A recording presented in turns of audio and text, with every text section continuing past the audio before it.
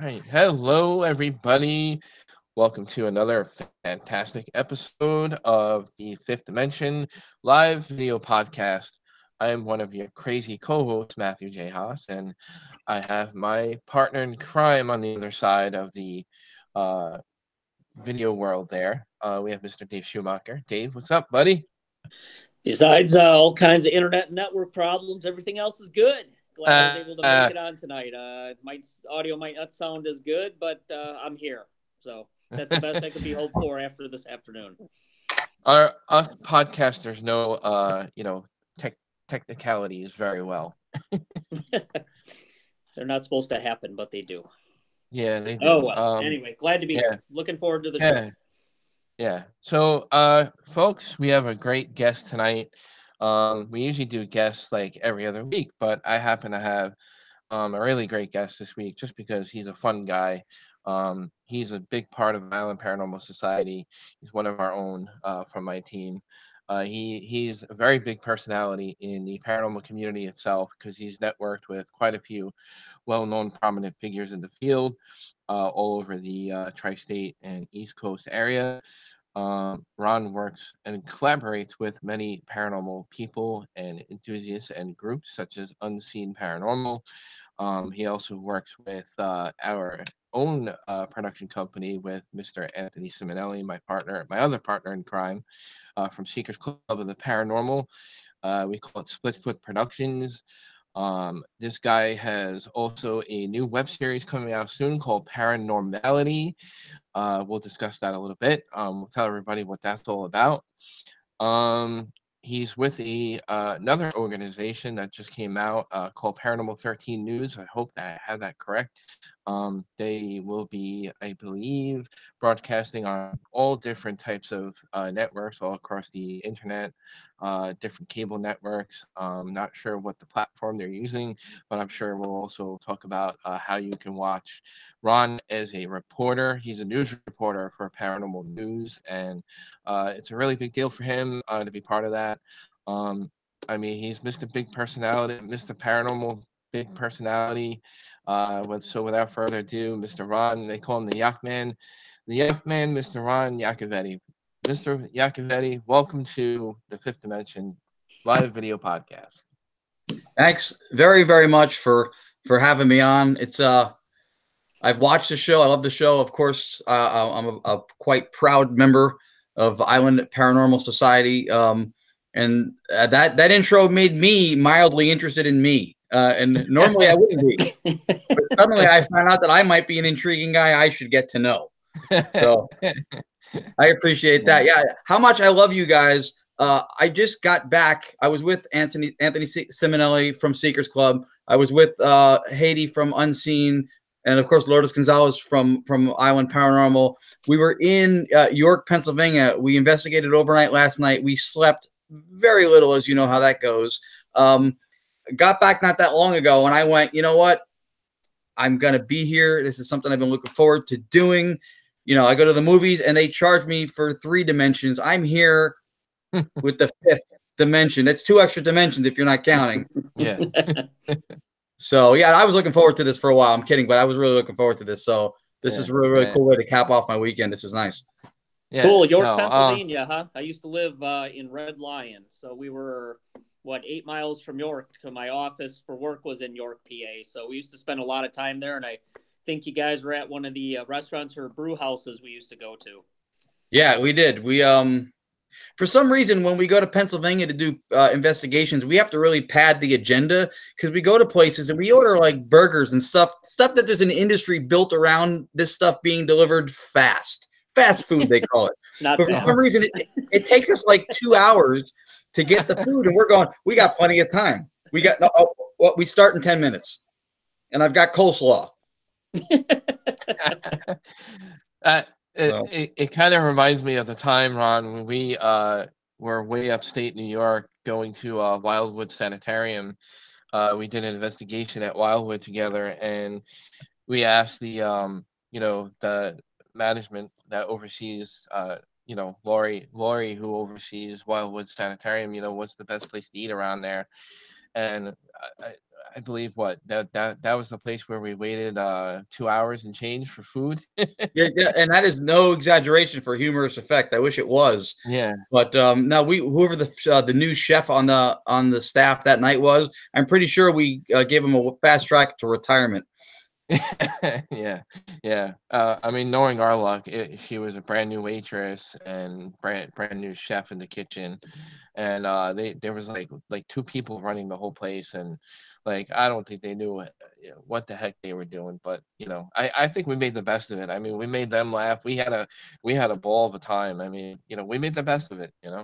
Yeah, no, and that's what you got to do, right? You don't have control over all these situations, so we had fun with it. We got where we had to go. We had the whole night. It was good. Yeah, it was all fun. But well, what many people, I mean, well, you're a big personality in the paranormal community, so a lot of Yeah. people do know about you. But how did you start out, Ron? Like where were your very beginning origins? Like where did you start out? I'll give you two parts, two components to this. I started out, which is kind of an odd story. At the time, I lived in Los Angeles from 2000 to 2014, and I was dating somebody who, with 8,000 cable channels, we couldn't agree on anything to watch. We didn't have the same taste in anything, and it turned out Ghost Adventures was like, oh, you too? You watch that? So we started watching. A lot of the locations that they would frequent or go to were within driving distance. Glen Tavern Inn. I forget the name of the place. It was in downtown LA. It was I'll draw a blank on it, but there were places we saw that we could get to. So we went to the Queen Mary and we did our first investigation, and pretty much nothing happened. A lot of what was that's, but as you know, that's often the bug that bites you and then you're hooked. So that's how I got started investigating. The very first experience I had that really, because I was always fascinated and interested in this stuff. I always tried to read up on different elements of out-of-body experience I used to read up on when I was a kid. I did a paranormal radio show. I helped produce it with a friend of mine. Her and her husband bought a sound studio in Hollywood called Radio Recorders. Orson Welles, Beach Boys, Stones, like everybody recorded at this place. And they come back in the morning and all the doors are open. They closed everything up. They're smelling cigar smoke. There's nobody in there. There's no smoking in there. They would have a lot of weird stuff happen. So I'm helping to record this show with psychics and numerologists and all these different people.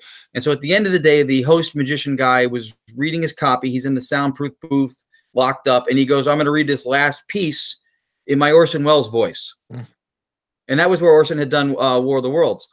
So he goes, and he clears his throat, and the microphone, which was on a stand on an arm, if you can see my arm like this. I'm not trying to flex on camera. This is actually how the mic looked. And and it was like this. And as he went, before he read the copy, the mic went 180 degrees away from him. Like Orson went. That's not normal. And the sound guy was just, he put his hands up and he went, I locked it down. It was locked down. He's in a room with no wind. He's in a sound booth. And that was like the first thing that was like, So you really like had some spooky guests. Yeah. There was something going on in that studio, and I heard all the tales of the doors and smoke and all that stuff, like I said. But that was the first tangible proof that I had that something really was going on in this place, because that mic literally, with no explanation, just rotated away from the host. Like, you're not doing me, or you're not doing that, whatever, but you're not doing it. That's funny. Yeah. Well, I'm sure we're going to get some really great conversation throughout the show. Awesome. Ron's our big ITC specialist as part of Island Paranormal Society. I know you're also big into EVP. What are some of your favorite things to do as an investigator, like aside from Island Paranormal Projects? Well, there goes that answer. Well, so much for sucking up early in the show. All right, so what are some of your favorite things to do aside from having fun with Island Paranormal Society? I like going to places, and so Lourdes and I will, who's also in Island Paranormal, Lourdes Gonzalez, we'll go to places. We'll look for places that pique our interest historically, or if there's some kind of mythology or legend to the place. There's a lot of places near here, right across the river in New York City. You've got the Morris Jamel Mansion Museum. You have in Fieldsboro, you have White Hill Mansion, Haldeman Mansion out by where we just were. A lot of times the place, the historical value of the place or significance will pique our interests. Sometimes it's working with particular groups or people that also will pique our interest too. And so working with you guys, of course, is in all seriousness, is a huge plus. You've got 20-something years of experience in the field. That's one of the things I love, is I don't care if I'm doing this 10 times longer than you or 10 times less than you. There's a good chance you can teach me something. There's a good chance I might teach you something. And if I can walk away from anything learning or experiencing something I hadn't before, that's a plus. And all the wisdom I think I have now might be worthless tomorrow, and there might be a whole new set of rules and protocols and how things work. And so I got to be open to that too. And so that's one of the things, I guess, that probably drives me, that I enjoy doing and collaborating with people. We've been, with you, we've been doing the Estes experiment, where we have a piece of nifty headphones on like you have there, and you're doing an ITC session where some people who are skeptical of how these ITC devices may work think that you're listening for what you want to hear. So if you isolate yourself with the device only spitting into the ears of the person who's isolated, right?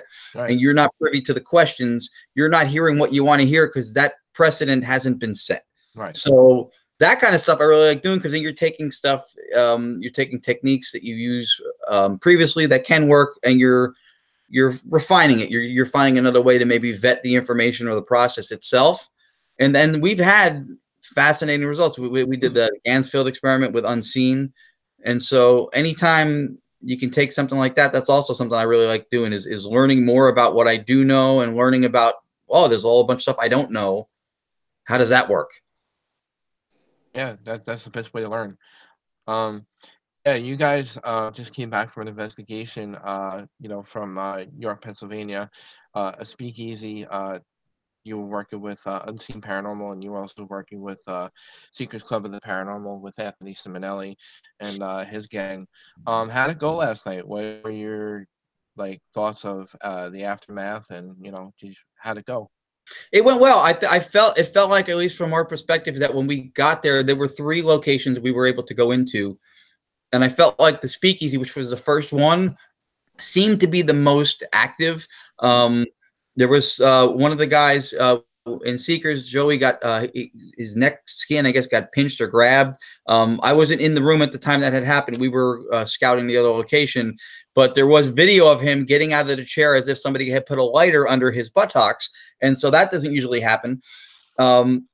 And then we got some good EVPs in that room too. There was a stage there. They used to do burlesque stuff there. So when that kind of environment, it's seedy. You've got murder, rape, gambling, prostitution, whatever. There's a whole bunch of stuff, who's who of what could have possibly happened to paint the energy signature or imprint that's left behind. Mm-hmm. I think that some of the places too, we were dealing with a little bit of contamination, because versus a location, let's say like Haldeman, where you're in an isolated mansion up on a hill, this was in the city area. So there were human contamination possibilities that we had to be, careful to. One of the buildings, one part of it, you could hear somebody who was apparently enjoying laundry with heavy metal. So you want to stay away from that. Nothing against the music segment, but yeah. I don't want this. Was that at least a good group? I think it was, actually. I think it was a pretty good guitar riff, if I remember what I heard at the time. And then you had EMF signatures in one part of that one second location that were, it could have been encroaching on what you would consider almost fear cage levels. Like, you could feel it. You couldn't use a lot of the EMF readers or detecting things in that area. It was really, really high. The readings were really, really high. I don't know if everything was perfectly grounded. You know that Anthony Simonelli and Joey and Giuseppe in the group, they know when they're looking at the Romex or certain types of cabling for electrical work. And so I don't know if everything was grounded enough, but we really could feel it in that specific area. So we spent less time in the second of the 3 locations for that reason. Yeah. Anthony Simonelli is an electrician. So he would know best how that stuff is, whether it's grounded or not. And oh yeah, he can really look into that. That's one of the things about working with really, really intelligent people who are skilled in the field. I know how to plug stuff in. I'm really good at that. Romex could have been a noodle that you eat, when you're on a budget, but now I know that that's ramen. Yeah. because of Anthony. Yeah, there you go. For those who don't know what ITC is, maybe we can, from your perspective, Ron, like share with our listeners and viewers, those who are not familiar with what ITC is. I know what it is. Dave knows what it is. You know, it's been around a little while. Maybe in your explanation, maybe you can share what your views are about what ITC does and what it is. Yeah, absolutely. You know, I appreciate it too. I love that you guys are so well versed. You've been doing this for so long. You know what kind of stuff to pull out as far as the questions, and that's it's something I fell in love with. I'll tell you the brief story of how it stands for instrumental transcommunication. It's if you watch the shows, the ghost boxes, the spirit boxes, the radio sweeps, shack hacks, the apps like the Echo boxes or Phasma box, which is a Windows app. It's an attempt to communicate with the spirit realm in what would be considered real time. EVP, as you know, you record. You don't always hear it unless it's at a disembodied level. You review sometimes if you do a burst session in the moment to try to have a dialogue. But when you do ITC work, a lot of times you can ask for the name of where you are or what am I holding up or something, and you get the response in the moment. And that was something that I did the Glen Tavern Inn early on when I first started investigating. It was with it was supposed to be with both, but it was with the Constantinos, who, you know, Debbie and Mark Constantino, since passed away tragically, both EVP experts or gurus. And so it was with Debbie Constantino, a friend of mine named Scott Lateo, who's out west, and Chad Lindbergh, who was on the show. I can't remember the name of it, with John L. Tenney. He was in Fast and the Furious. And so there's like 30 people on the top floor. It's very similar to a West Coast version of the Shanley Hotel in New York. It's a speakeasy, 3-floor walk up. And so everybody goes around for the spirit box session that Chad's running, and everybody's introducing their name. And then Scott says his name, and then Debbie says who she is, and then Chad goes, and I'm Chad. And then there's a couple seconds pause, and then very clearly, a voice through the spirit box went, I know Chad. And I went, what just happened? Where do you get one of those little tools? I need that. And so I fell in love with ITC as much as I love EVP, and I would do it all the time. And I feel like, you know, there's you're sweeping through radio or you're using sound banks or whatever. You have to have a level of discernment.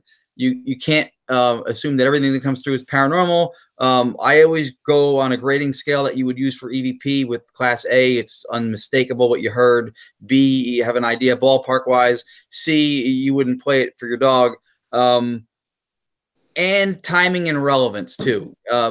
So many instances we go, what's the name of, like at the Queen Mary, what's the name of the ship? The Queen what? When the word Mary comes through and it's class A level, that's not radio bleed through. I know that radios, even when they sweep quickly, you can get a certain sound that might carry through a range of frequency. But if every time I ask for something like that specific in the moment, and it comes through at that time, then I want to know when that particular station is giving away cash prizes and cars, because my luck is phenomenal. Yeah, yeah, totally. I'm not sure I buy the whole radio interference thing. I mean, yeah, there can be some, but you would assume there'd be a lot more of it, and it doesn't sound like that. And obviously people who say it's just radio interference, they haven't listened to a lot of EVPs. It just doesn't. I mean, yeah, there could be, but I'm not buying that's all it is. No, 100%. That's why I said timing and relevance is everything. So, I mean, we were at Kingsland Manor in New Jersey, an IPS, I am Paranormal hotspot, right? And we were in one of the rooms. We said, well, what part of the house we in? It said kids' room. I was holding up my glasses. I said, what are my hands? It said glasses. We have that recorded. The odds of that coming through statistically at the time I asked for it in that moment, and it's radio bleed through, even if it's one voice over a range of frequencies, if it kind of bleeds across a little bit. And so for people who don't know, too, also ITC, the two ways with the radios that people suggest that it might be a communication probability is either the spirits are manipulating the sounds and forming words with the bits of sound that are coming through on the radio broadcast, or the vocal is coming across the sound waves, almost like a surfer would ride a wave. It's coming across into where we can hear it or catch it that way. I don't know if the jury's even decided on which is more frequent or probable. But like you were saying, if you know how it works, and then the timing and relevance of it, to me is everything. When it aligns with the question in the moment. Yeah. Yeah. I mean, I think even McRae did a study where he put the recorders in a Faraday cage, and I think it was 2005 or so. He published in one of the parapsychology journals, the Journal of American Society of Psychical Research, and he showed that he was still able to get EVPs while it was in a Faraday cage shielded location. So not too sure it's radio signals. And then as far as how does an EVP form? You're right. Nobody really knows yet. No, we don't. The whole idea is, are they using the sound waves? Are they using stochastic resonance to amplify it? Is it a PK effect on the diodes or the transistors? Nobody knows. But there's a lot of good stuff out there, and people need to keep experimenting. So yeah, it's a good point. No, 100% too. And a lot of people, there's loopholes into stuff. There's people who they take the devices apart and they wrap it in a Faraday cage and a condom and a little bit of aluminum foil, whatever. And right, that part that might not happen, but if it does, yeah. That's a great way of putting it, Ron. Yeah. So, but what happens is a lot of people, they'll have the external speakers. They'll have the wire running from the spirit box out of the Faraday cage to the external speaker. And what they don't realize is in some of those instances, that wire is functioning as an antenna that you've tried to disable. Now you've just recreated the wheel in a different spot. So yeah, we don't know. In some EVP instances, you can have 4 people sitting around the same table and one of the recorders will get the EVP and the other 3 will not. Yeah. We don't know how it imprints on just one device and not on the other ones. Yeah.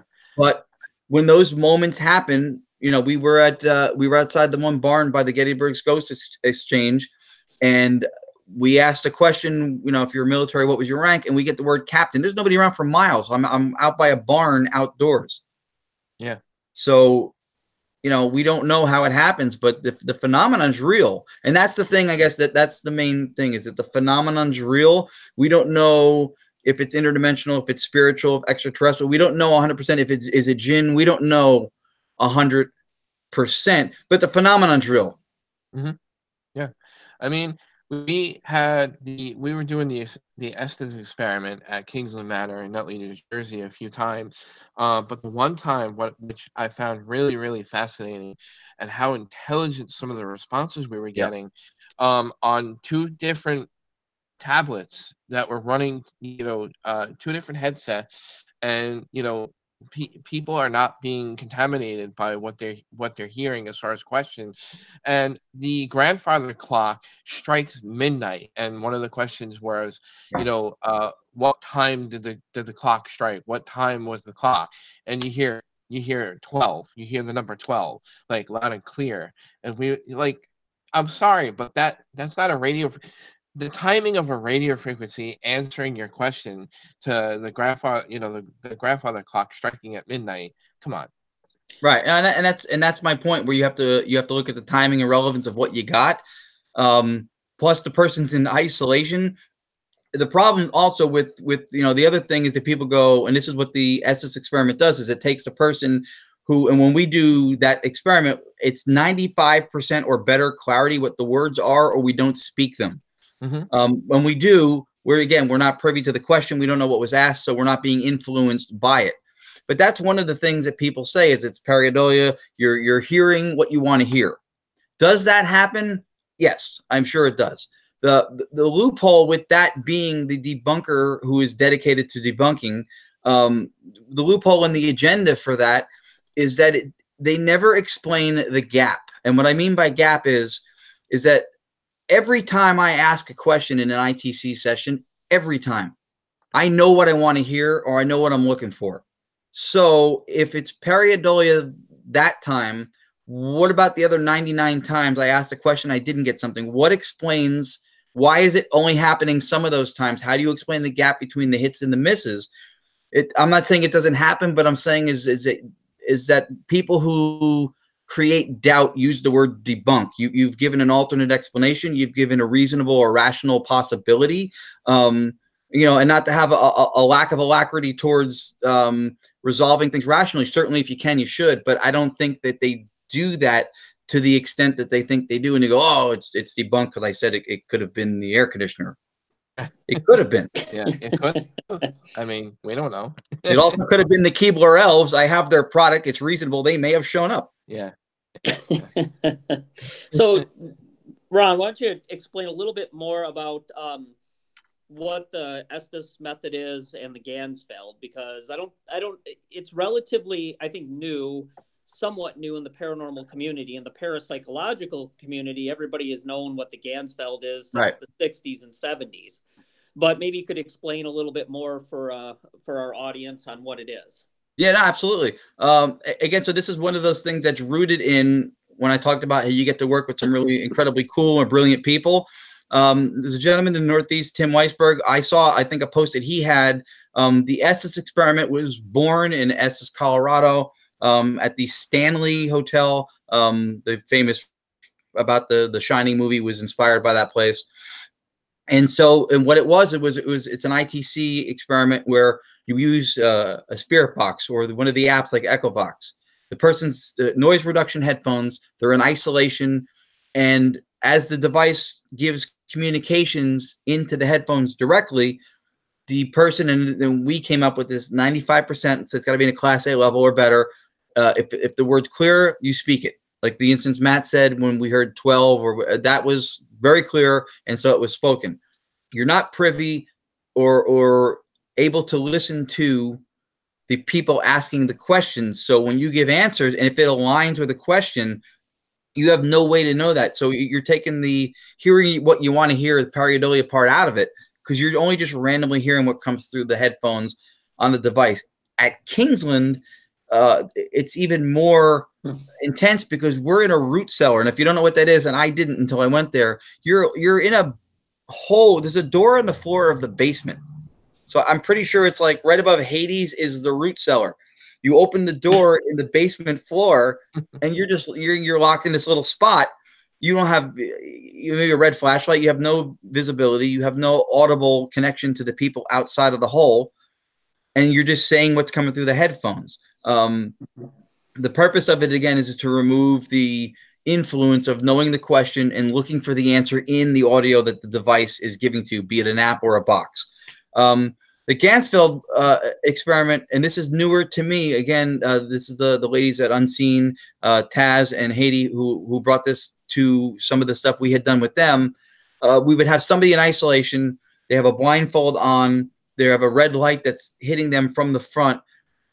Noise-canceling headphones that have a spirit box, like an SB11, let's say, but it's only feeding a very loud level of white noise, just a rug static. And so you're supposed to visualize, and whatever you see when you're staring into this just abyss of white paper covering these goggles that look like the sunglasses you see senior citizens walking around a supermarket in. They go all the way around.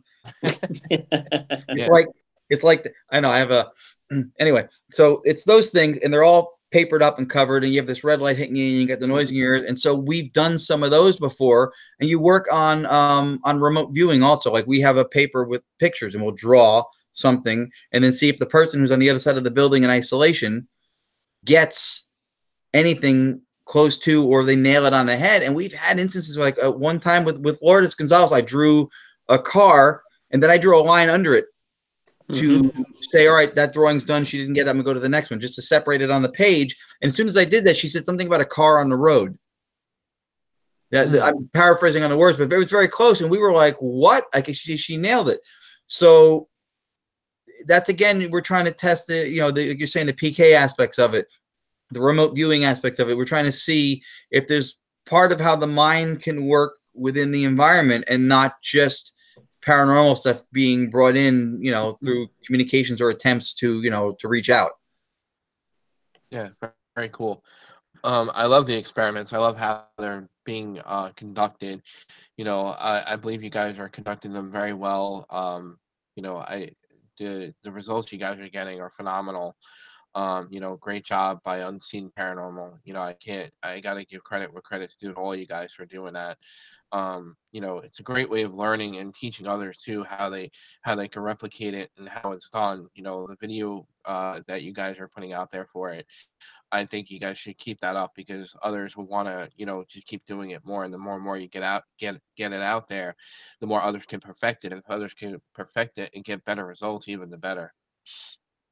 Yeah, no, any way that you can contribute to the field and give something back. Like I said, I saw a Tim Weisberg post that had to do with the Estes experiment, and then I brought it to your attention for IPS, and I brought it to Unscene, and then Unscene brought the Gansfield stuff to our attention, and then we did it, and it makes it fun too.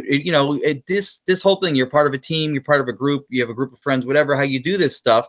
It is, in all intents and purposes, a relationship, which you're supposed to keep fresh and new and try new things, right? And so if you look at it in that same aspect, these kind of things give it a little bit more of a, hey, we never tried that. This is kind of a new experience. We can share together.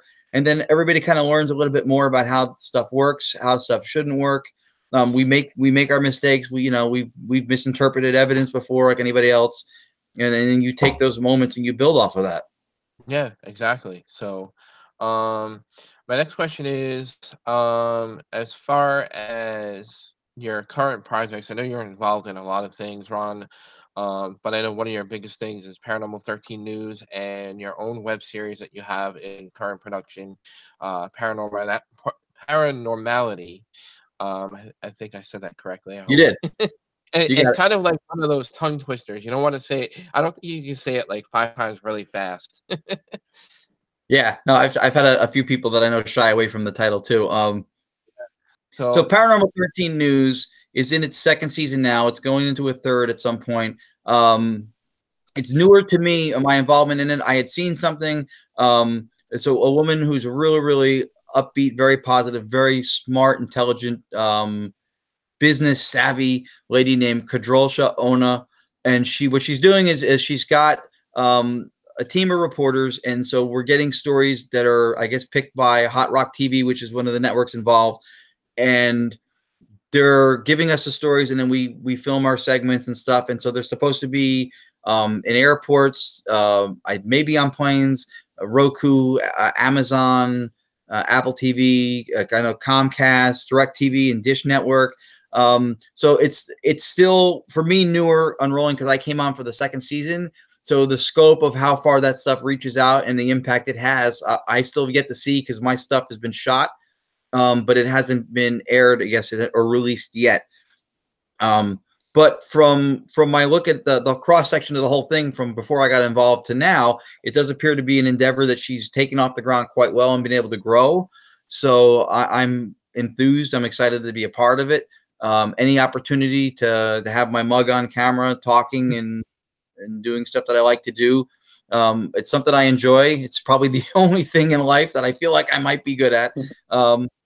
So it's really cool, and it's a great group of people. I got to interview some people at the Northeast Comic-Con up in Boxborough, Massachusetts last week. So that was fun. And the other thing, Paranormality was something I wanted to do. There are so many, in my opinion, really good, well-produced, quality shows and investigators. New Jersey Paranormal does a show that's on cable here. It's also on YouTube, NJP. Please look that up. Really nicely produced show, really great team. Paul Dixon does his own show. He's Strange and Mysterious. There's so many people. I know that Splitfoot and Island Paranormal and Seekers are working on stuff as well, on the documentary side and such. So I thought one of the things that fascinates me about being in this field is the people. It's people like you guys who when I talk to you, I walk away knowing stuff maybe I don't know, or just seeing a different perspective, or hearing what your stories are, or looking at the evidence that you share, whatever. And so I'm old enough to know that this stuff used to be taboo. It used to be very difficult to find. You had, like, Unsolved Mysteries with Robert Stack, at some point, whatever. It was very limited sightings. There was not a lot of stuff on TV to watch compared to the plethora of productions that are all over the internet and IPTVs and cable channels. And there's so much of it now. The Ghost Adventures, Ghost Hunters, of course, the most prominent. Ghost, Haunted Collector. There's so much. The movies now. So it's evolved so much to the population of this little ghost town, if you will, has blossomed beyond what would have been expected or even thought imaginable way back. An old friend of mine, I did stand-up comedy for a long time, and I worked with a gentleman named Peter Jordan, who is a parapsychologist, much like Barry Tapp or Lloyd Auerbach, who's actually a friend of his, out of San Francisco area. And back then, it was, these groups of engineers and PhDs, and there weren't a lot of people in the field. And now there's so many people who are really, really smart people. People like yourselves, Robert and Sandra Banoff from Barefoot Paranormal out of North Jersey. Bob's he's an airplane mechanic, and he builds equipment. I'm happy I can use equipment. He's building it. And so there's a lot of brilliant people in the field. So the point of the show was all these people flooding into this field on an annual basis. There's so many more teams and places to go and do this stuff. Everybody's got a story. Everybody's got, whether it's a first experience or whatever, a unique identifier like a fingerprint to what got them into, hooked on, or in pursuit of answers in the paranormal. So Paranormality is mini biographies of people who do this stuff and what their little story is, from where they're from and how they got into it. Nice, nice. I wish you a lot of good luck with it, because it's a really great idea, and you got a really good point of view as far as you know, how the field has evolved, because it really has, from a very short period of time if you think about it. But yeah, there's so many personalities, there's so many things that people bring to the table, that, you know, all different types of things, whether they build equipment or come up with ideas, or, you know, every group has their own style of investigating as well as an individual. And I think it's great that you can share that across the across the broad, with your platform, Paranormality. I said it. Paranormality. It's when the paranormal lifestyle, which, you know, we spend our money on our toys, we go to the events, we investigate, we get very little sleep, we get the paranormal hangover the next day. It's what makes people do what we do. And you know too, because when you do residential too, you don't charge people for residential stuff. You go and you help them, and so it's why people do this stuff. And I just thought that everybody can't have the same story. Everybody's once upon a time, I'm a ghost hunter at the end is a different story. And so I thought it would be cool to find out about people that I've worked with, people I've gone to events and seen. How did he get into it? How did she get into it? Why are they doing this? And so that was, I just wanted to try to just, I have a journalistic background, and so that to me was a really cool angle or perspective to take to find out why and how. Yeah, cool. Cool. Yeah, guys, just for a moment, I want to take a quick break to just let our listeners and viewers know, if you don't know how to chat with us live during the show, we have a YouTube channel. It's free. If you have a Google account or a Gmail account, it integrates with YouTube. Go to YouTube, or you can go to YouTube, set up a username, subscribe to our show. There's a little bell at the top right hand corner. It's pretty easy to see, you know, very easy to navigate on YouTube. It's not a fancy chat room, but it's there. You can ask questions for our guests. You can ask questions to us. We don't bite unless, you know, you want us to bite, but, you know, we're friendly guys. You know, we're easygoing, so we don't scare easily. So, you know, we welcome all kinds of feedback, guys. You can also email us, Fifth Dimension Radio Show at gmail.com. All hate mail goes to Fifth Dimension Radio Show at gmail.com. Dave, I'm going to hand it over to you, because I've been throwing a lot of questions at Ron. I'm sure you have a few, Dave, if you want to throw anything at him. No, this has been really good. Great conversation. One of the questions I like to ask pretty much everybody, and now especially you, Ron, since you seem to run into a lot of different people, talk to a lot of different people, how do you think the field has changed, let's say, from the time before the shows hit to the time the shows hit to now? And where do you maybe see it going? That's really that's a great question.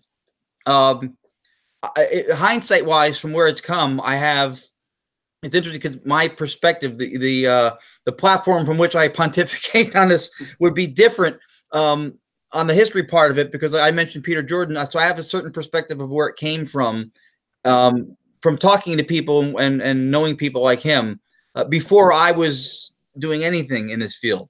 On the media side of it, I do remember when there was very little of it to watch on TV. I always was fascinated with it and I liked it. And you couldn't just, and for the kids watching, you're really lucky because there was no on demand. I want to watch that. I want to watch this with ghost stuff. You know, we had Scooby-Doo, I think, and we had Robert Stack.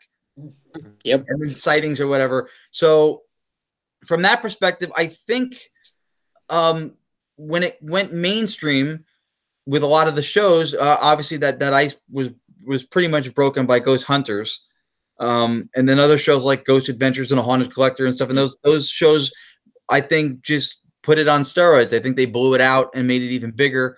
Ghost Adventures is a huge success. They're what, 17, 18 seasons in or whatever now.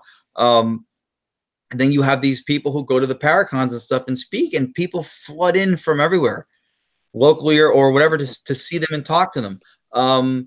Back in the day, you had people, you know, you have Tony Spera, who's out of Connecticut, who's got the Annabelle doll, and he's consulting on like the Conjuring movies and such. A great guy. They were doing cases and stuff before this was, you know, an app for that, a trendy thing to do. So I think TV made it more mainstream. And I don't know if it's a commercialization thing, or a combination of the fact that we have so much access to information and techniques and how-tos and stuff and instructional things with YouTube. But there's technology, there's gear, there's equipment, there's spirit boxes and stuff and that are available to people now who want to just go, oh, I want to do that stuff I saw on TV. That might not have been an accessible avenue back in the day, but now it is. Where it's going is an interesting thing, because I don't see the media train slowing down anytime soon. The face or the facade may change. You see a lot of shows that are documentary style. You're going to see different types of maybe programming that will pop up if the field evolves more.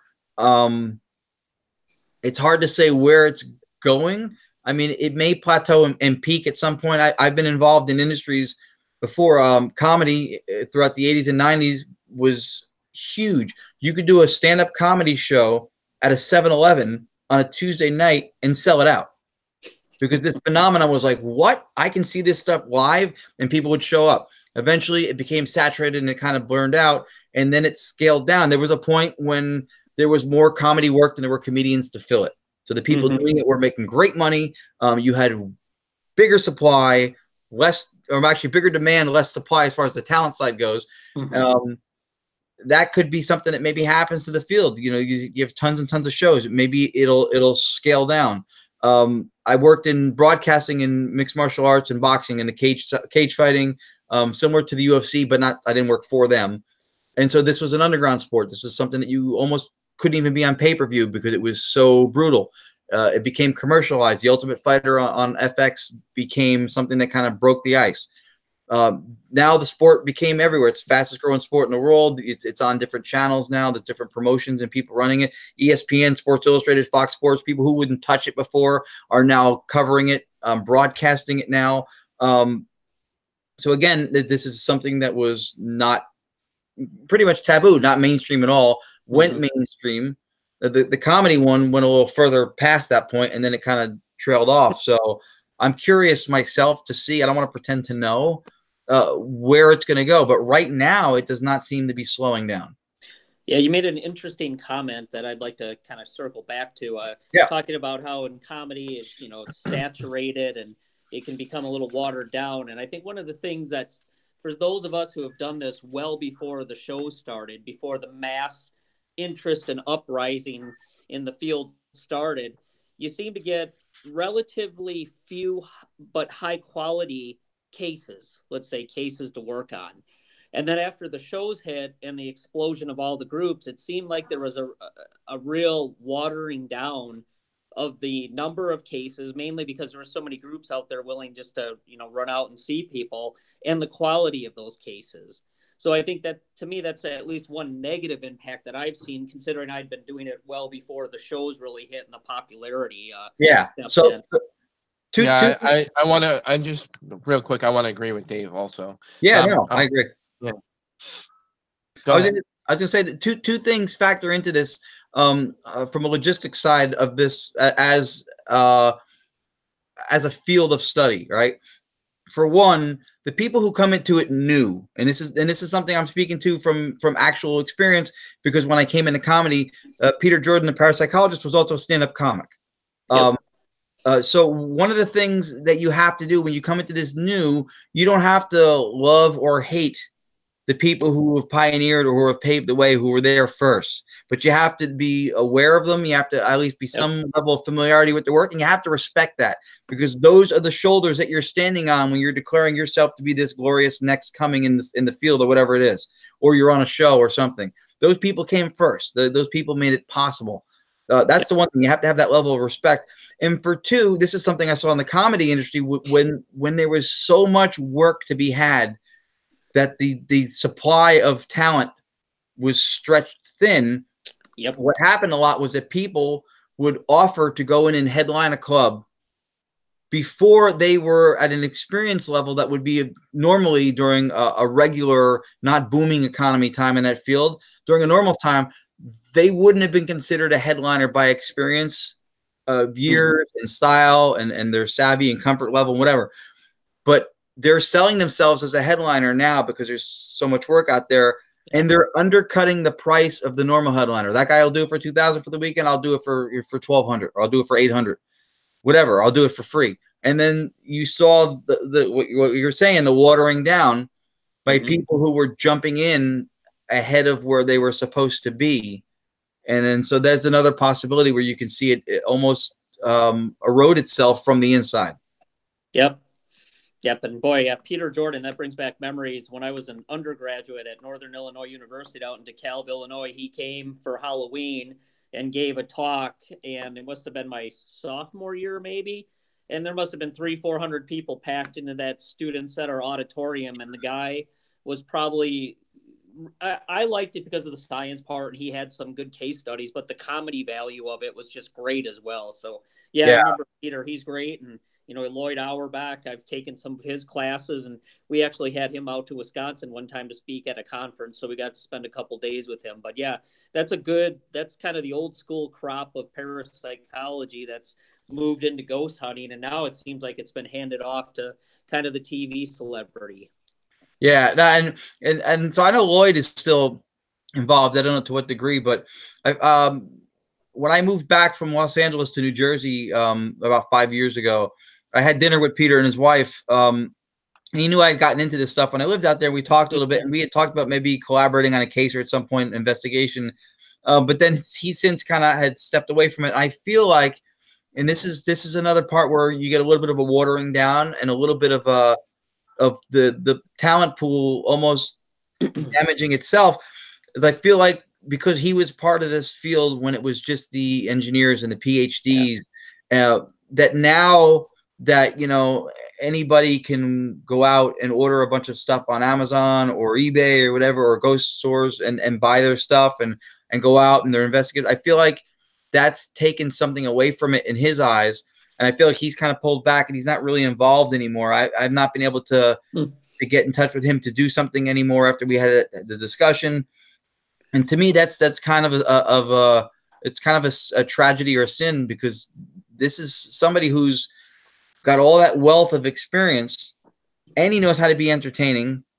Yeah. And he's not present in the field anymore. And I think that, people like you guys who have been doing this for a while, you have a certain unagreed upon perhaps, but there's a certain onus of passing on what you know.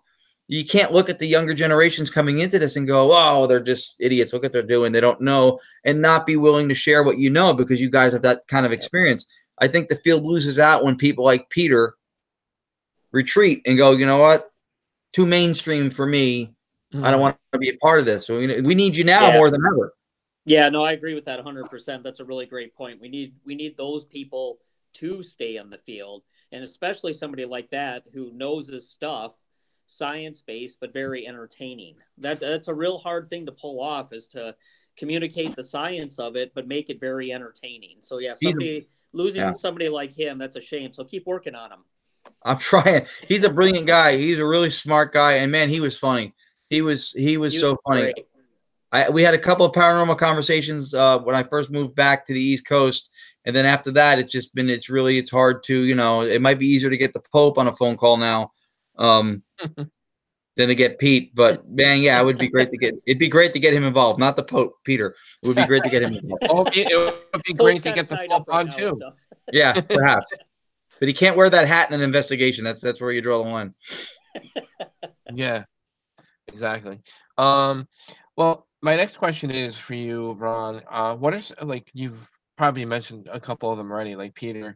What are some of your influences, like who kind of helped mold Ron Yacovetti into the guy he is now?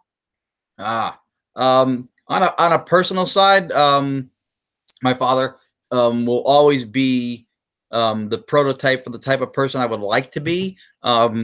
I will always feel like I'm falling short of that because he's from our family, the saint of the family. You have a better chance finding a black hair on a black carpet than finding someone in the family who doesn't like him. So that's very important on a personal side. I think a lot of the personality and sense of humor and that I bring to whatever I do, I think that I inherited and learned from being around somebody like that. And the respect for other people and other people's perspective. I may not agree with you on something, but it doesn't mean that I shit on your perspective. I still, have to show a level of respect on the personal side. On the other side, on the paranormal side, I do I do feel like along the way I've gotten to work with different people. The first group I worked with out in California, was a really good group of people that I learned from. Um, I like since I've been working with Island Paranormal, I feel like I've learned new stuff and different approaches to take. Um, ITC is a big part of it. I like working with Flip Searles and his partner Ray Savino, who have Dead Is Not the End. They're ITC consultants who either come to an investigation or review footage afterwards. These are really great people. And then if you've ever talked to Flip, we worked with him before.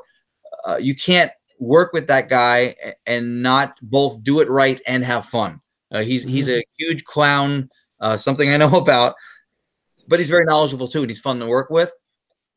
So I would say that, and you know what? I've read books by Zach Bagans. I like his books. I thought that there was stuff in the books I felt that was meaningful and really good 101 stuff for people starting out to kind of get an idea of perspective of some of the basics. Stone tape theory, imprint theory, learning about certain things to do with EMF. I think that's good stuff to read up on and learn. And you're not getting the aggrandized version of it because it's not visual with sound effects and stuff from TV. The Warrens and Lorraine Warren's work is good to read in some of the books. Johnny Zaffis' stuff is really good to read. In some of the books, I think anytime you can go to one of the lectures to hear some of these people speak. Brian Kano, who's on Haunted Collector, really smart guy. Somebody I feel like I learned stuff from out in the field also. More people I'm sure will pop into my head as we go. But yeah, I look at every investigation, every opportunity. If you're a face I haven't seen and you walking in with some device or whatever at some place, I'm going, all right, this is an opportunity. I might learn something new, or at least maybe even make a friend in the field or whatever. But not one centralized like you would have like a my favorite athlete is kind of a thing. I don't have like a one person who turned it around for me in this, I guess, in this field, because it's really a collection of so many people and groups that I've been able to work with or be a part of. Yeah, yeah. No, I hear where you're coming from. What I love about you, Ron, just I know we don't really know each other that well, really, because I only ran into you for like the last, I guess, like year and a half, or last year or so. But but from my perspective about you, what I like about you is you're not against learning other things from other people. Like you're so open to learning more and more and more from just so many people, and also passing that on to other people who want to learn as well. That's what I like about you, and I can't say enough.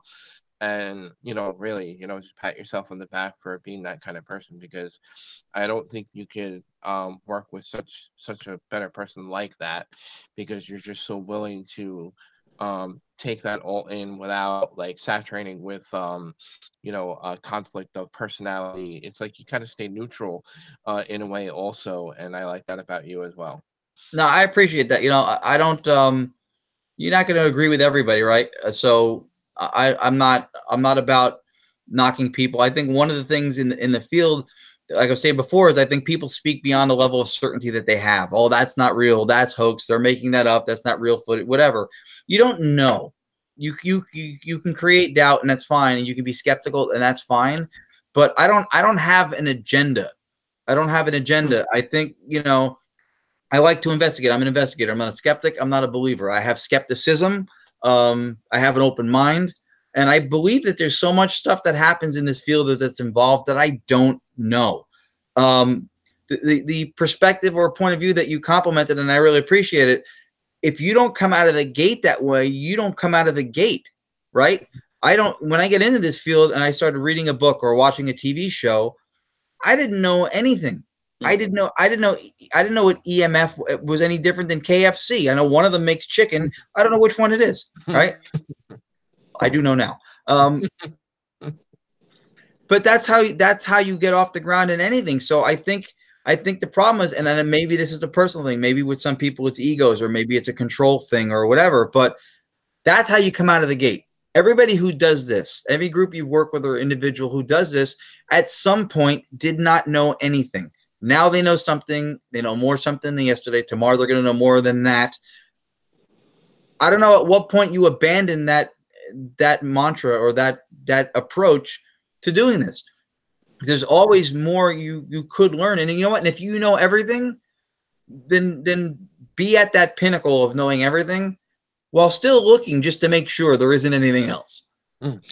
I think that's a good point, though. To keep learning. Nobody's ever going to know everything about this field. And it really says a lot from where you start. And then if you look at where you've progressed in 5, 10, 15, 20 years, it'll say a lot about you and the kind of person and your dedication to the field. I'm looking at where you started and where you ended up, because I can tell you from where I started and ended up, it's a big difference. Yeah, I see that with other people I talk to. You should always learn and progress and try to become better, because nobody knows everything. Good point. Yeah, no, that's how it always should be. It's that's why they call it a journey, right? If you just got in your car and sat there and didn't go anywhere, that's traffic.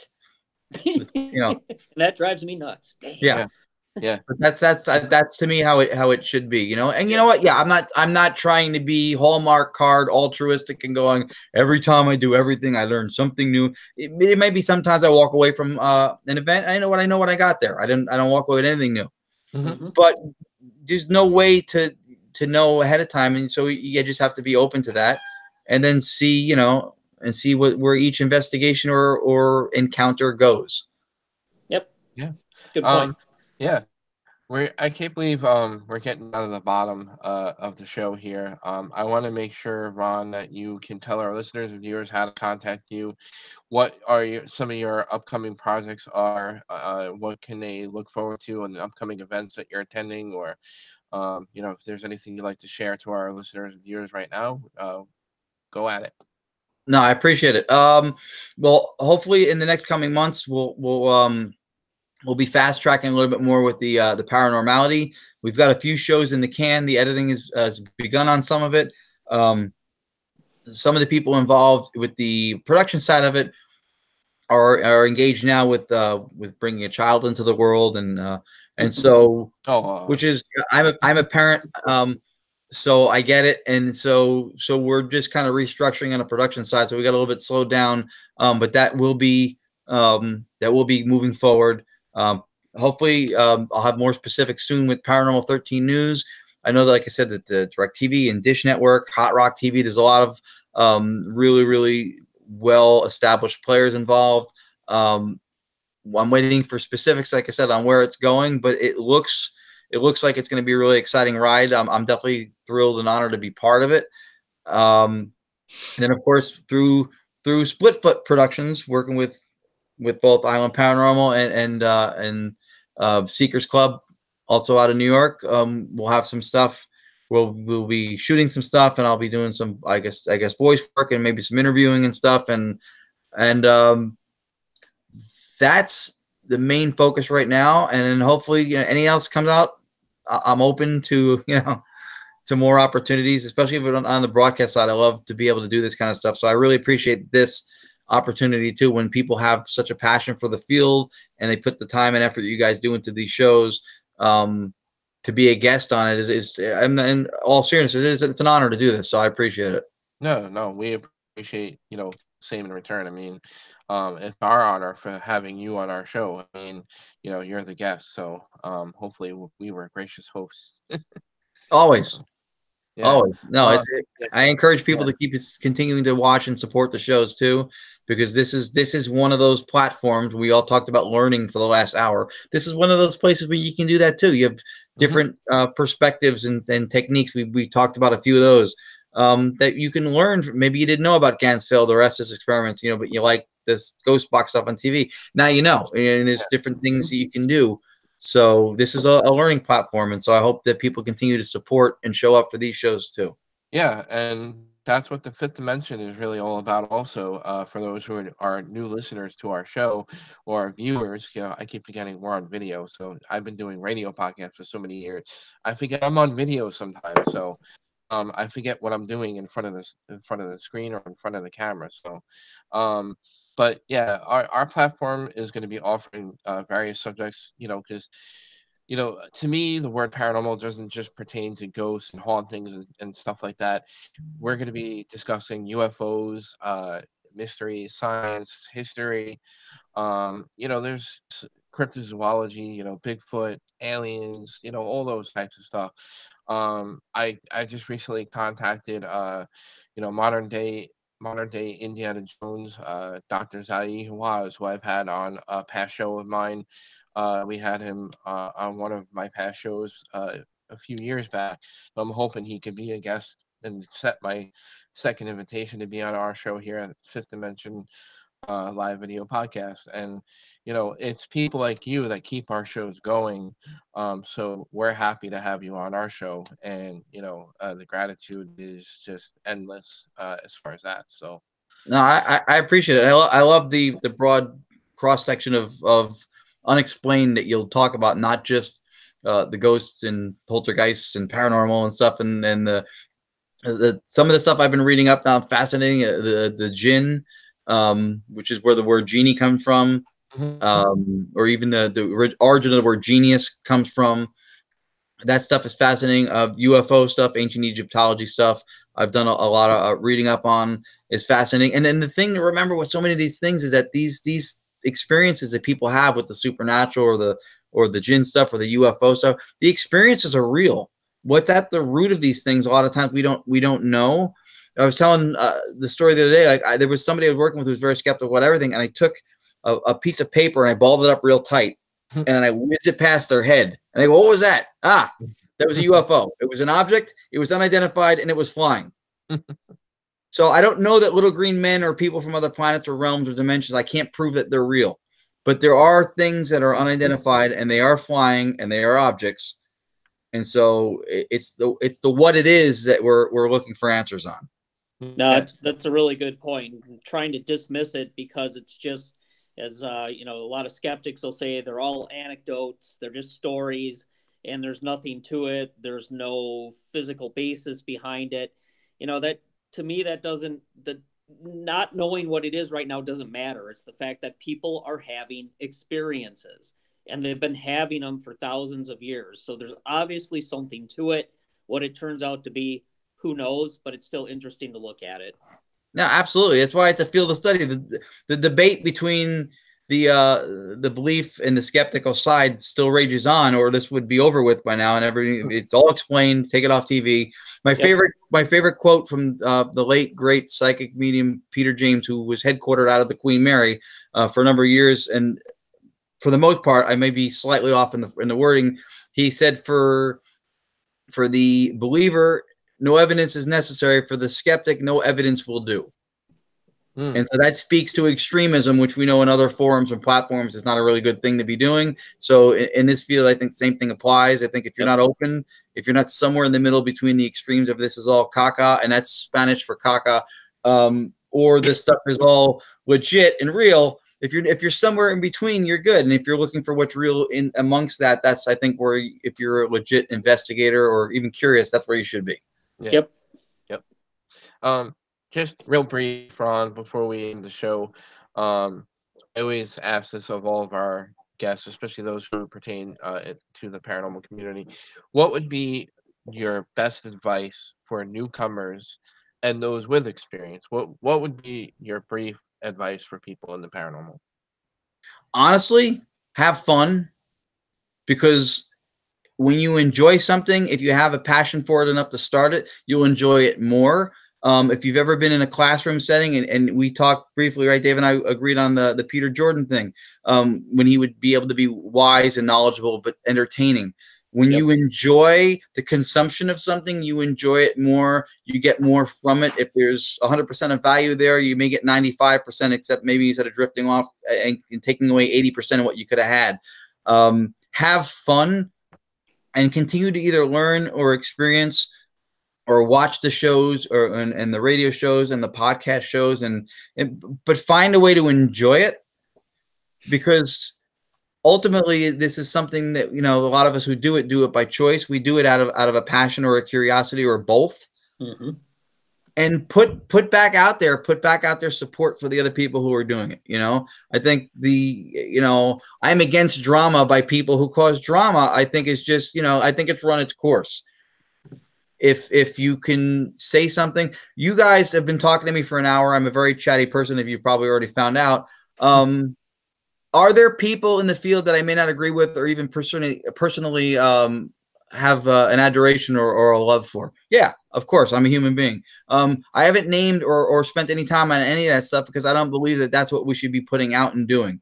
I will name tons of people that I like, that I want to support, that I think are great people, whether I've learned from them or worked from them or not. But I think that would be my advice to the people doing this: is find a way to enjoy it, find a way to make this experience better for you and the other people that you're sharing it with. Yep. That's well said. Well said. Yeah. Dave, any closing thoughts before we say our goodbyes? No, I think he summed it up right there. That was perfect. All right. Ron, again, I appreciate you coming on the show. An hour is never long enough to get everything hashed out as far as talking about various things. So we'd love to have you back on our show in the future. I'm sure that'll definitely happen. So we could talk about your future endeavors that are in the works, and anything else that comes up in between. So we'd love to have you come back. No, I appreciate it. I would love to do it again. Thanks both of you very much for doing it. And unfortunately for you, Matt, you get to be stuck with me at other points in time besides video chat. So Yeah.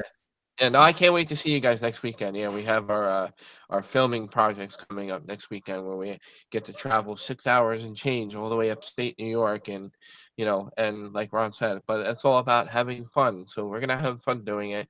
Don't worry, Ron, we're gonna have a lot of work cut out for you. well, that's good. Fun and work is a nice Yeah. it's a nice mix, and it also, I think, involves food and snacks, which is, Yeah. I think, a very necessary element of work and fun. Yeah, definitely. No, I'm looking forward to it. I just really, I just can't wait to see you guys, because you know how much I love you guys. So No, it's mutual, man. It's a good. Some of the coolest people I've gotten to meet have been over the last 7-8 years, whatever, that I've been doing this. Really smart people, really fun people. So yeah, it's you can be part of a community, and you have that kind of networking and making friends and camaraderie. yeah. Very cool. Yeah, Cool. definitely. Well, I just want to tell our viewers, enjoy the rest of the weekend. I'm sorry tomorrow's Monday. It's back to the grind.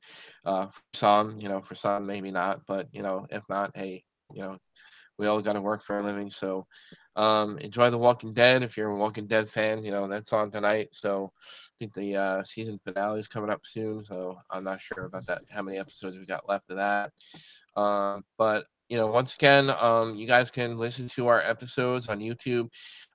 They get uploaded immediately. So Ron, I'll send you the link. You can share it. Whatever. It's going to be up there. It'll stop airing live, but it'll always be there on YouTube, on our YouTube channel. So you can, do what you want with that link. And again, thank you so much for being on our show. No, thank you both again. Thank you very much. Thank you. Yeah, no problem. All right. Guys, have a great night. Until the next time, you guys can all hate mail. Go to fifth dimension radio show at gmail.com. And, every week we'll have a different subject to talk about. So go to our Facebook page, the Fifth Dimension Live Video Podcast. on Facebook. You can get all of our news. We share, what upcoming guests we have on our Facebook page, and you can get all of our information there, what kind of topics we'll be talking about, and so forth. So that's the best way to get our news about our announcements. Dave, anything else? Nope. Everybody have a great week, and look forward to talking to everybody next week. All right. Sounds great. Have a good night, guys. Thank you for tuning in.